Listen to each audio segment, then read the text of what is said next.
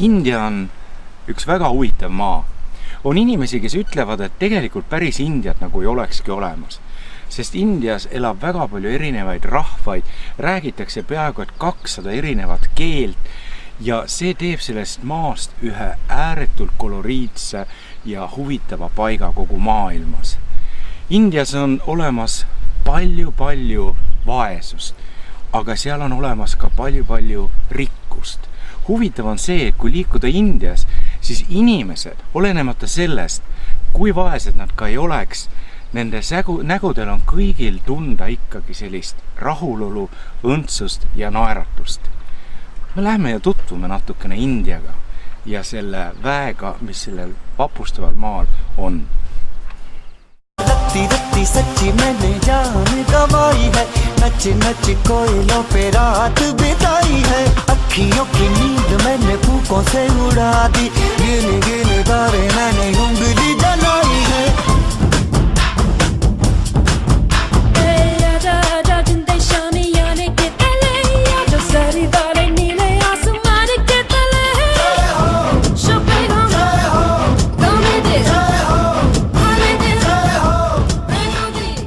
Meie selja taha jääb Lootuse tempel.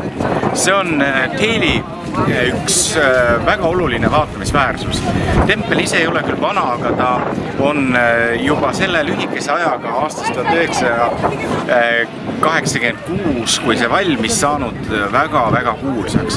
Ja siin templis ei eksisteeri mitte ühtegi konkreetset usku, vaid selles templis eksisteerib ainult see, et kõik inimesed, kes millegisse, kellegisse usuvad, võivad siia templisse tulla. Nii käisime ka meie siin sees muidugi filmida ei lasta, aga ehitis on ise ehitatud marmorist. Siin on 21 lootuse õie kroonlehe kuju ja selle ümber on siis veel sellised ilusad väikesed tiigikesed ja tohutu suur maala siis lihtsalt rohelust. Ja muidugi selle Lootuse templi aerofoto võiks olla väga ilus, nii et kuskilt saab, siis äkki saab seda ka internetiavarusest üles otsida, sest meie seda siin teha ei saa. Aga nüüd on sisse käidud.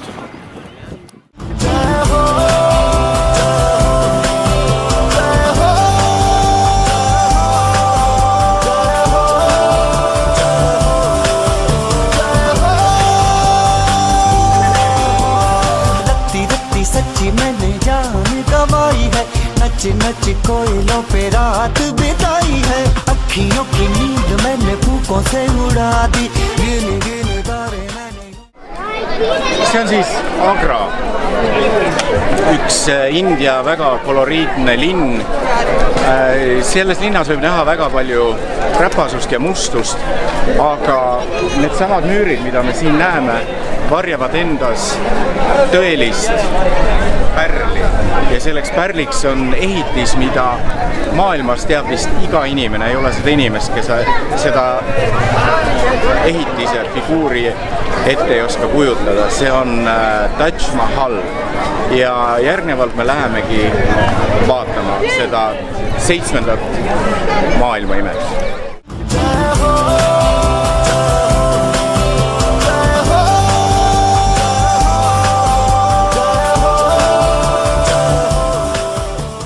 Ja me näeme siin samas Taj Mahali peaväravat. Seda väravat nimetatakse sümboolselt kui pruudil pulmaööl loori eest äravõtmiseks. Kui me läheme sellest väravast läbi, siis me näeme, ehk meie ees avaneb täies hiilguses Taj Mahal. See tähendaks justkui, et me võtaksime pruudi näost ära loori ja näeksime pruuti täies hiilguses. Kohe me seda ka teeme.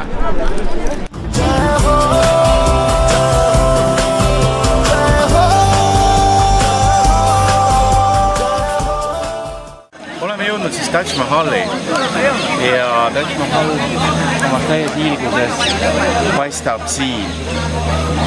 Siia on siis maetud 2 väga suurt armastust läbi elanud inimest ja mees tegi oma naisele tema surma puhul selle templi, sest naine palus, et temast jääks midagi sellist, mis kogu maailma meelde tuletaks nende suurt armastust. Ja nüüd on see 100 aastaid see tempel juba siin nii-öelda seisnud ja sellel on väga traagiline lugu muidugi, aga üldiselt on see väga võimas ja väga suur. Kuulub maailma uue maja 7 ime hulka. See imesid jagatakse 2 rühma. Ühed on vanema aja maailma imed ja uue maja. Vanema aja maailma imede hulka kuuluvad näiteks Egiptuse püramiidid, aga uuemate maailma imede hulka kuulub näiteks ka Machu Picchu, salapärane mäelinn, samuti Taj Mahal.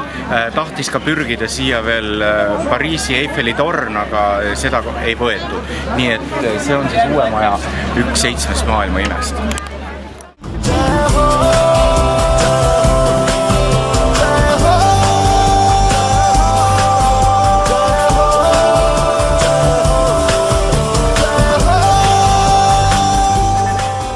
Me oleme Indias, Taj Mahali juures.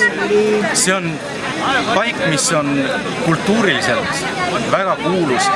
Loomulikult iga teine inimene teab selle paiga väärtust ja selle paiga tähtsust, sest see kuulub 7 maailma ime hulka. Aga ma näitan teile, kuidas pendel siin töötab. Milline vägi on sellel paigal siin sees. See on uskumatu ja selle väega on võimalik väga palju asju korda saada. Selleks me täna siin olemegi, et neid asju ellu viia. Maailmas on põnev ringi käia, näha võõraid maid ja näha võõraid rahvaid. Täna me käisime Indias ja nägime India mõningaid väga võimsaid pühapaiku, kuhu kogu maailm jookseb kokku selleks, et tunnetada seda jõudu ja energiat, mis nendes kohtades on. Eestlane on nagu huvitav inimene. Eestlase jaoks on kõige olulisem see paik, kus on meie juured. Ja täna me lähemegi edasi ning vaatame, millised väepaigad on olemas meil siin Eestimaal. Neid on väga palju ja väga võimsaid ja ma usun, et need retked, mis teid järgnevalt ootavad, on ääretult põnevad.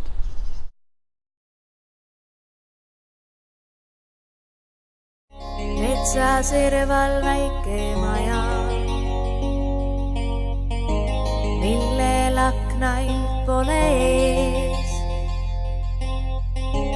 Meenuvad need vanad ajad, mil lapsena siin jooksime. Seinal roostes pildiraam, on tuhmunud foto selle sees. Aknalaual vana vaas, selles närbunud milleke. Täna oleme me tulnud Lõuna-Eesti ühest väikesesse kohta nimega Kambja. Ja siin Kambjas on üks väepaik, millest teatakse küllaltki vähe. Aga see paik on huvitav ja me püüamegi täna natukene saladusloori selle asja eest tõsta. Nii et lähme koos ja vaatame, mis asi siin Kambjas peidus on. Me oleme Kambja salapärast allikat avastamas, mis on üheks tundmatuks pühapaigaks. Tundmatu on ta võib-olla praegu, aga vanasti teati seda kohta väga hästi. Ja me saime Eesti ajalooarhiivist kätte ühe joonistuse. See on üks pilt, mis on tehtud ühe endise mõisa elaniku poolt. Ja siin pildi peal on näha kenasti see allikas, on näha kenasti see kivi, mida me käisime vaatama, mis on nüüd muidugi vajunud palju sügavamalt maa sisse ära ja kogu see ilu, mis siin ümber on olnud. Ja nimi on tal ka siis Kambi, sest vanasti kutsuti seda kohta, mõisa ajal kutsuti seda Kambiks, mitte Kambjaks. Nii et me läheme seda kohta lähemalt uurima, mida põnevat see koht endas peidab. Kuid sillis majas kõlab viis, mida laps kord mängisi, tema saatjaks kuldne päiksegi. Nüüd alles mälestused need, mis majal hinge hoidvad. me oleme jõudnud ühte salapärasesse Eestimaa pühapaika. See paik ei tundugi iseenesest midagi erilist, aga selle paigaga kaasneb väga põnev lugu. Põhjasõda toimus aastatel 1700 kuni 1710. Siis olid ajad keerulised. Siinsamas praegusel hetkel Kambja, mida kunagi kutsuti nimega Kambi, siinsamas kuskil lähedal elas rikas mees, kes põgenes sõja eest. Aga tal ei olnud võimalus kõike enda varandust kaasa võtta, sest põgenemine läks väga kiireks ja legend räägib seda, et see mees oli peitnud oma varanduse ürgmetsa, ürgorgu allika sisse.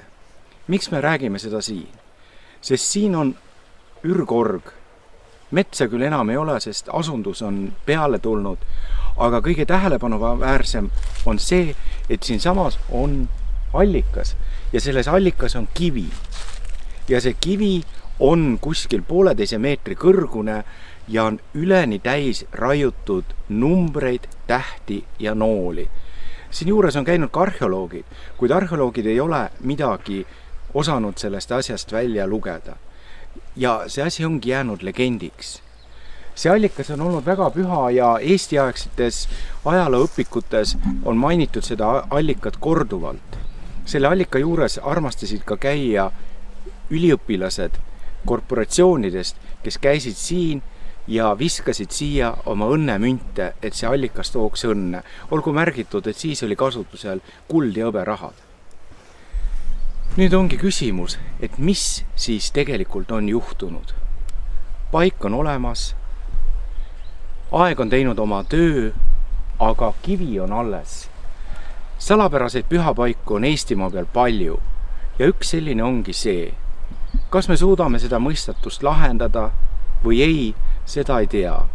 Võib-olla see koht vajabki seda, et unustab nii-öelda selle olnud ja asi jääbki salapärasesse. Võib-olla on siia samma mäe külge peidetudki üks kullapada, ka seda ei oska öelda. Aga jäägu see teadmine meile selle legendi tasandile ja jäägu see mõte, et me oleme praegu ühes väga maagilises pühapaigas, mis on meile vägagi lähedal. Sellel allikal on olemas oma legend ja oma lugu. Aga seda allikat tuntakse ka veel ühest küljest. Nimelt sellel allikal on täheldatud tervendavat toimet. See vesi, mis siit allika maa seest välja tuleb, on olnud läbi aegade tuntud raviva toimega. Inimesed, kes on siin elanud, on seda vett kasutanud. Selle vee järgi on sõitnud inimesed ka Eestimaa erinevatest kohtadest selleks, et seda vett juua. Ja selle vee kohta on räägitud, näiteks üks lugu on selline, kus karjapoiss, kes siinsamas lähedal karjas käis, põdes väga tugevalt aknet, näonahk oli väga tugevalt rikutud ja põletikuline ja tema ravis ühe suvega oma näo ilusti ära tänu sellele samale allikaveele. Vesi on ringluses, ta on väga puhas ja me proovime kohe ka maitsta seda vett ja soovitame seda ka teile.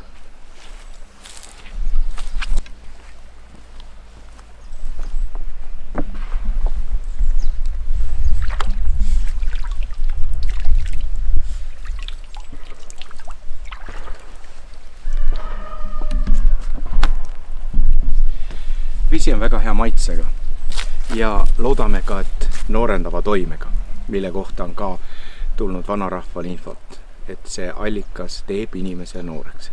Ahora conmigo.